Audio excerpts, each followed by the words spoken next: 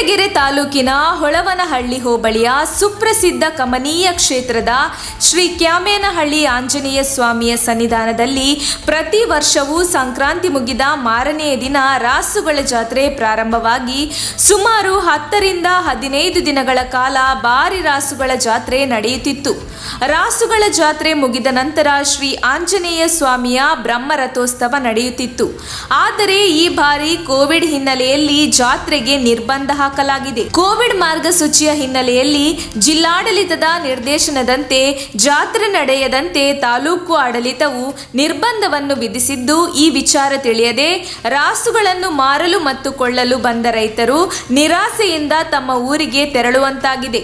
ಈ ಸಂಬಂಧ ತಾಲೂಕು ದಂಡಾಧಿಕಾರಿ ನಹಿದಾ ಜಂಜಂ ಮಾತನಾಡಿ ವಿವರಣೆ ನೀಡಿದರು. ಎಲ್ಲರಿಗೂ ನಮಸ್ಕಾರ. ಈಗ ಏನು ಕೋವಿಡ್ ತುಂಬ ಮೂರನೇ ಅಲೆ ಬಂದು ತುಂಬ ಹೆಚ್ಚಿಗೆ ಕೇಸಸ್ ಬಂದಿರೋ ಪ್ರಯುಕ್ತ ಜಿಲ್ಲಾಧಿಕಾರಿಗಳ ಆದೇಶದಂತೆ ನಾವು ಯಾವುದೇ ಸಭೆ ಸಮಾರಂಭ, ಜಾತ್ರೆ, ಮೆರವಣಿಗೆ, ಹರಾಜು, ಸಂತೆ, ಹಬ್ಬದ ಸಂತೆ, ದನದ ಜಾತ್ರೆ, ಉರುಸ್ ಸಂದಲ್ಲಿ ಏನು ಮಾಡೋದಕ್ಕೆ ಅವಕಾಶ ಇಲ್ಲ ಮತ್ತು ಯಾರಿಗೂ ಪರ್ಮಿಷನ್ನು ಕೊಟ್ಟಿಲ್ಲ. ದಯಮಾಡಿ ಸಾರ್ವಜನಿಕರು ನಮ್ಮ ಜೊತೆ ಸ್ಪಂದಿಸಬೇಕು ಅಂತ ಎಲ್ಲರನ್ನಲ್ಲಿ ಕೇಳ್ಕೊತೀನಿ.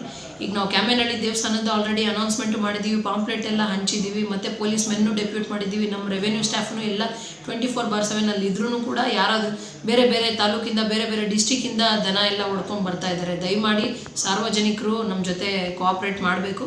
ಯಾವುದೇ ಕಾರಣಕ್ಕೂ ಯಾವುದೂ ಜಾತ್ರೆನೂ ನಡೆಯಲ್ಲ. ದಯಮಾಡಿ ಸ್ಪಂದಿಸಿ.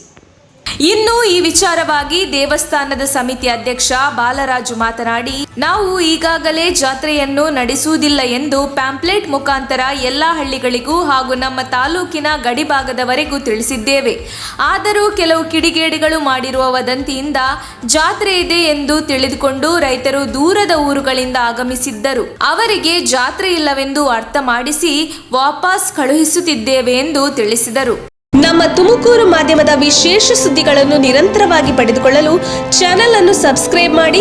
ಕ್ಷಣ ಕ್ಷಣದ ಸುದ್ದಿಗಳಿಗಾಗಿ www.nammathumakuru.com ಗೆ ಭೇಟಿ ನೀಡಿ.